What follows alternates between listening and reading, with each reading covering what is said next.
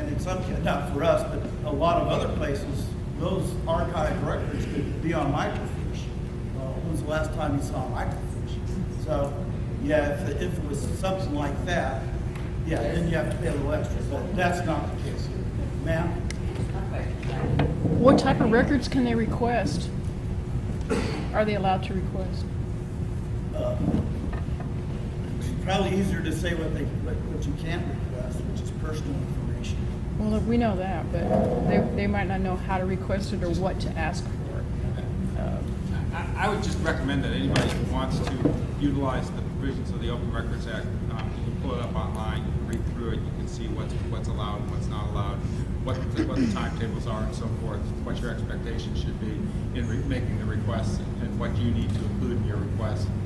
But it's not really very complex. You just, if there's a specific document you want, you request it, and the district will, if they have it, produce it, unless it's an exempted document. And then it would tell you that it's an accepted document and the reason for it. Are they not going to ask what document you want, and the people won't know what to ask for? That's the hardest part. Right. That's the hardest part. Okay. Is really knowing what. Then I have another question. To answer all these people's questions, do you have maybe an annual report that you could put out that people would understand what's going on from year to year? An annual report, such as a board of directors produces for a company. This is our annual report. We, brought in so many entities, brought in this much money. Is there such a thing that we can look up online or that you would report, and then they wouldn't have these questions? Is this a possibility? That's a great suggestion. We've never done that before. I think it'd be a great thing that we could add. Most board of directors of companies put out an annual report of Exxon, companies like that. And so why not the MSID? Yeah. Okay, thanks. Okay. I think it's a good idea. I just wondered, would you ever consider, instead of making a bunch of different people submit individual open records requests, would you ever consider posting any of these documents on your website, like the most recent audits or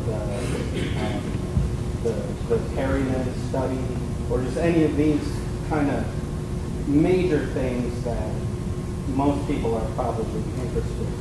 That way, instead of having continually field individual requests for the same stuff, it's just kind of, you can just go to the website and look at it. Yeah, like I said, great suggestion, and not that we're doing everything perfect, but absolutely, we can do something like that, particularly like our annual audit. If you want, information on the annual audit, would not be a way we just post it on our website. That'll be easy. So that way we don't have to keep making copies, we scan it in once and it's there. Most problem with the Open Records Act is they're talking about people is open to everybody to go find. Most people is not real knowledgeable about all that's going on. And if you told them that coming up and asking for one particular piece of it, you look at it, and they don't tell you that. You got to see the whole picture. And that's where, when asking for one particular record, is not going to tell the whole story. Once again, like he mentioned, I think we can get our annual audit on the website. That would make sense. There you go. We'll work on that in the next week. I'll try to get that accomplished. Another question I wanted to ask is Mr. Thomas and Mrs. Thomas and Don Holbrook was on the Earthquake Institute. Correct. Their salary was $120,000, paid $120,000 for their services. That was in the paper. I don't know who paid that, and those are institute expenses. who paid that. What institute? It's a non-profit Right. organization. Where that money generated It should have been from their fundraisers. I think Marlin put some money into the institute as well. Yeah, we don't. That's our question. We don't know where that money That comes should be reflected under 990. But once again, this is financials on the improvement district perspective, Well, maybe we. it Well, should be reflected on their I 990s. was saying, where did the money come in from and get dispersed to? The only monies I know about personally that came in through donations. But Personal donations? personal From donations. businesses, Yes. individuals? Yes. And who took care of that? I mean, was there an audit on that? Don Holbrook was the CEO at one time. Deborah Thomas was Well, the that's the people that finance. got paid. And the third person, Dr. Matt Gardner, our science officer, was also, they were working, if I remember right, they were going to be paid after the institute was up and running, and as well as the project, As as a theme park. So that was a contract, to my understanding. That was a contract between Marlin, Atlantis, and the individuals that were paid to cause the institute to function. Okay.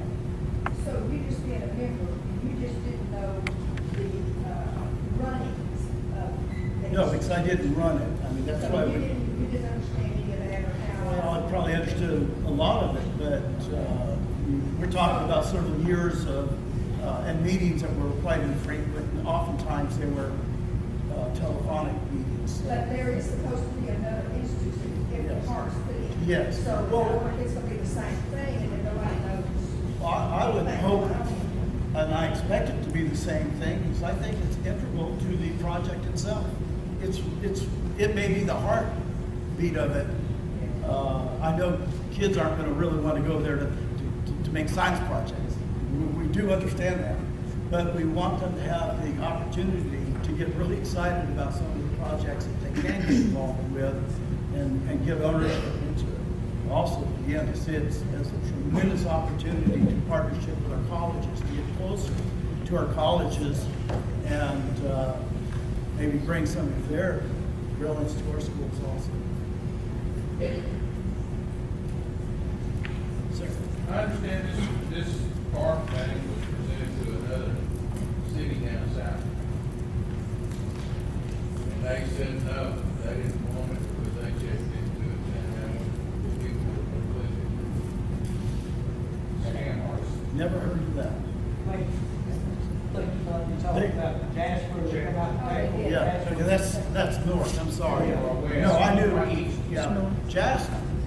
I mean, I'm not gonna go into it because I think that's probably beyond my area of responsibility. But, you know, I've heard the story of why they initially went there. And I know of a couple of things that happened that they told me why they didn't stay there. But it wasn't because they were considered flim flammers. There were some, from my understanding, some very solid reasons for that project not to stay at that spot. And incidentally, they didn't come here from Jasper, they went to Dallas. And by the time they met with Dallas and then they met with us, they decided that we could work a little bit better. A lot of Don Wesson, you know, is very, very child-oriented and loves education, and we pretty well clicked with that. And I think that had a lot to do with why they wanted to be here. Plus, we were given a more incentive. Yeah. Well, honestly, we don't have the incentives other places have. That's why I was saying I'm really proud to, you know, work with your kids, because your kids are the biggest incentive we have. Because these people, these business people really understand that if they're going to go to a place, they better have good education, or they're not going to make it. We help them understand what we're doing with our schools and our kids. We show them, we don't just sell them, we show them, and that makes the sale for us. Y'all feel that we've been taking advantage of? No. Nor do I feel like the board's been taking advantage. I think we've been working in a very professional manner, step by step, as legal as we possibly can do. And every member of this board are unpaid, and most of us have done this for many, many years because we love our community. You feel the county could take advantage about the other developers in the background? I have no way of knowing that.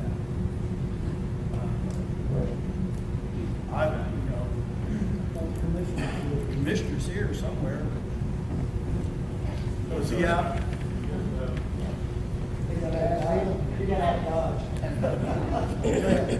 I can say this, that we have a very good working relationship with our commissioner. And I serve on other boards throughout the county.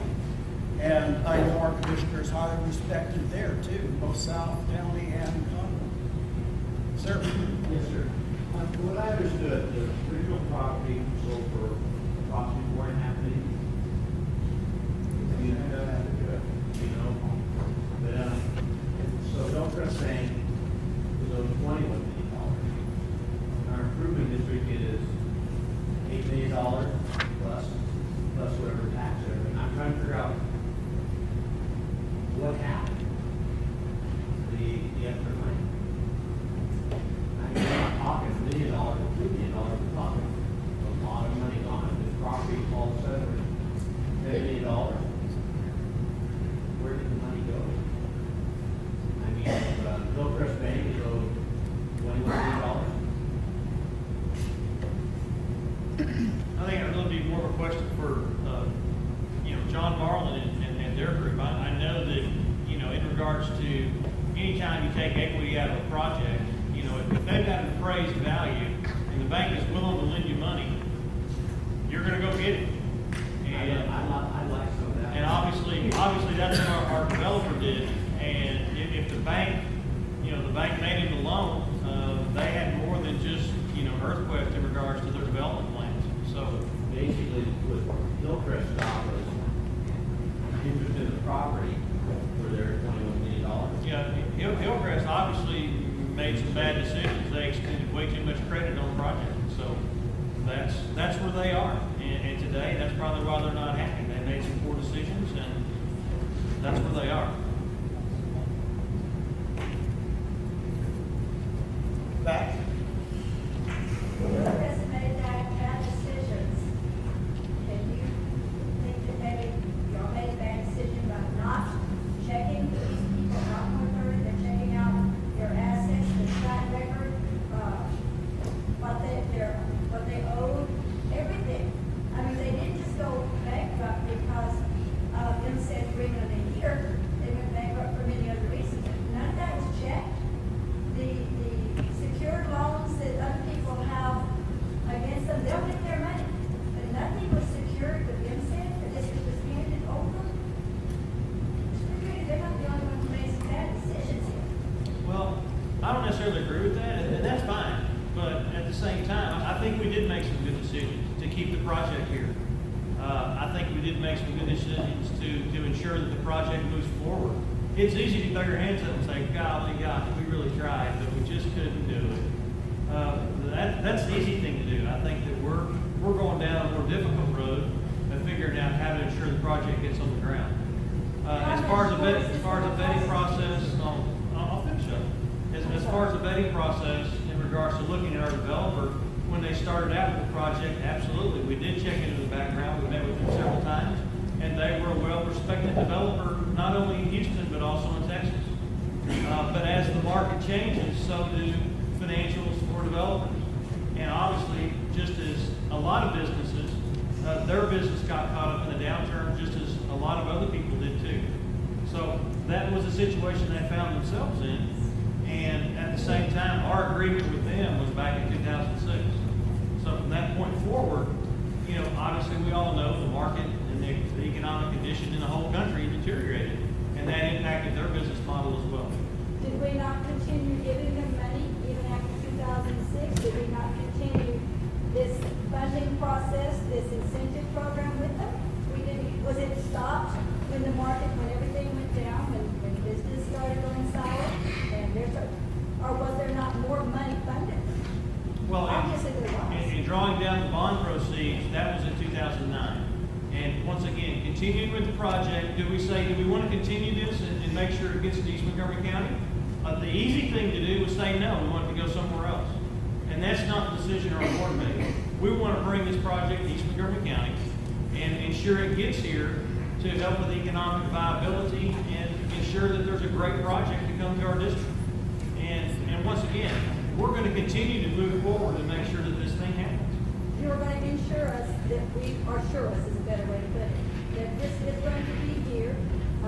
We're going to continue funding and putting money, putting tax dollars out there for these, whoever comes up. I guess it could be just about anybody. But you're going to assure us that this project is going to go forward, be completed, and be an asset to East Montgomery County, correct? I think that's the position that we're in and moving forward with the project. Great. I'd love to be assured that something good is going to happen here, and I'm glad that there's so much confidence in this room and that you have that confidence, so I appreciate that. Thank you. Well, I don't think I said I assure. I said we're going to move forward with this project. I want to make sure that I wasn't misspoken, but we're going to continue to move forward and put the best efforts forward, whether it's EarthQuest or whether it's our secondary developers that are ready to step up if Chris Brown cannot get it accomplished. We're going to move forward and work with a project that is an asset to the community. Do you think there could be a better vetting type process to make sure that we don't expend? This is the county taxpayer money. This is not the incentive board's money. Is there any way that you could assure us then that there will be a better process going through to see that this same thing does not happen again? I think we're currently in the best position we can be in right now with our new developer. You have a new developer with Contour Entertainment, has an extensive amount of experience with Disney. He's currently developing other theme parks around the world, and that's who you want steering the ship. So we feel very comfortable with him in regards to the way that he can bring the project to the ground.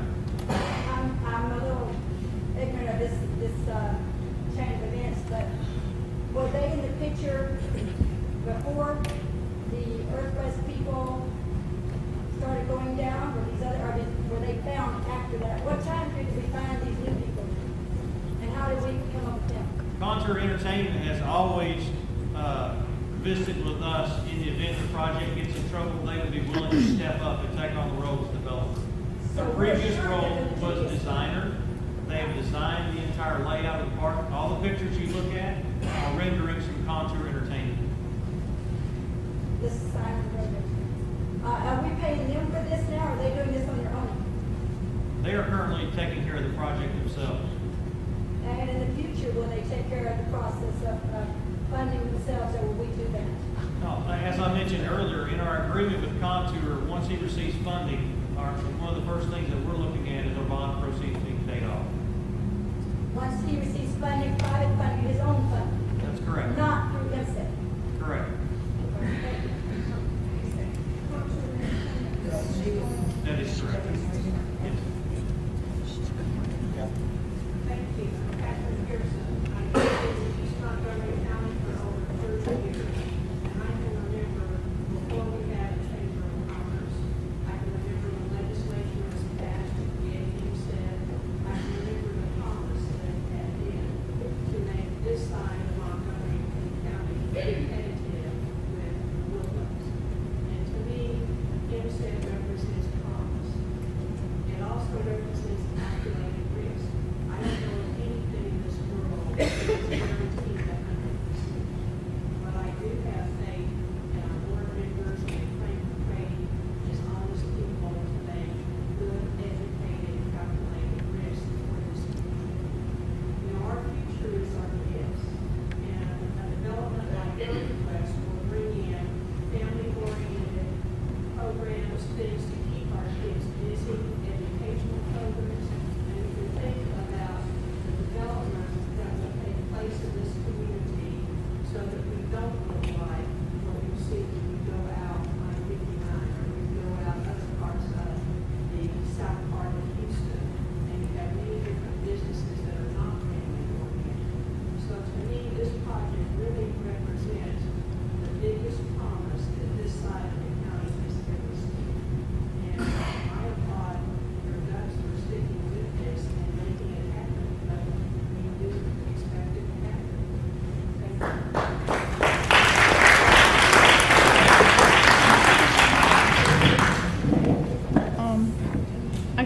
people here are mostly, okay, we have a reputation in East Montgomery County. The reason we have the MSID board is to improve East Montgomery as opposed to West. Okay, they don't have the problems we have. One of the problems is to improve it in all ways, not just bringing in the business. And one of them is crime. And as you can see in our neighbors next to us, there's crime from low, you know, from whatever crime, drugs or whatever crime officials have. So I would see as to answering these people who are very scared and have a right to be so scared because it's their money, is there not some way that we can not only be more, explain more to these people, because they're having to defend, they're also having to defend their own MSID board to other people saying, here's what you're doing over there, and we don't know what they're doing, so we can't defend you. So if they're asking for transparency, at this time it would be really helpful because we need to have trust in our system in order to go over to Kingwood, go over to Humble and say, hey, you know, when they're pointing at us. So is there not any, first of all, way that we can be more transparent in what you're doing financially, explaining in great detail as much as you can without compromising any, you know, any other system, as you were saying. And is there anything else besides bringing in businesses that we can improve our reputation?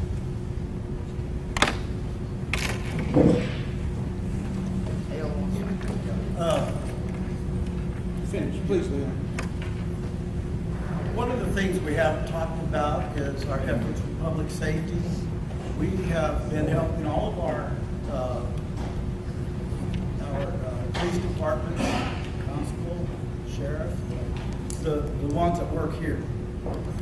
We do things for them, such as this week we had a law enforcement appreciation dinner where we invited all of the police officers, police officers, constables, security folks to a dinner to recognize those officers who have meritorious service.